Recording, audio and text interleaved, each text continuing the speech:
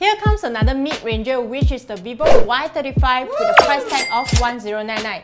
It comes with a 6.58 Full HD Plus display, Snapdragon 680 chipset, 256GB of internal storage, 8GB of RAM and up to 8GB of extended RAM. Of course, you can slot in a microSD card of up to 1TB if you think the storage is not enough for you. The device also features an updated audio booster mode for outstanding audio that allows you to enjoy greater clarity even in noisy settings. There is also the multi-turbo 5.5 and ultra game mode features that enhance the smoothness and stability of the device to avoid lag caused by active apps, especially during gaming. Besides that, it sports a 60MP selfie snapper and a triple rear camera module with 50MP main camera, 2MP bokeh lens and 2MP macro lens.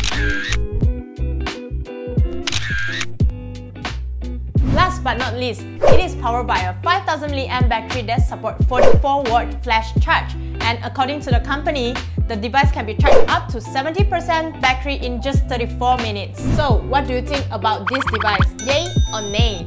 Don't forget to let us know in the comments below, hit the like button, share this video, and subscribe to our YouTube channel. I'm Deborah and ciao!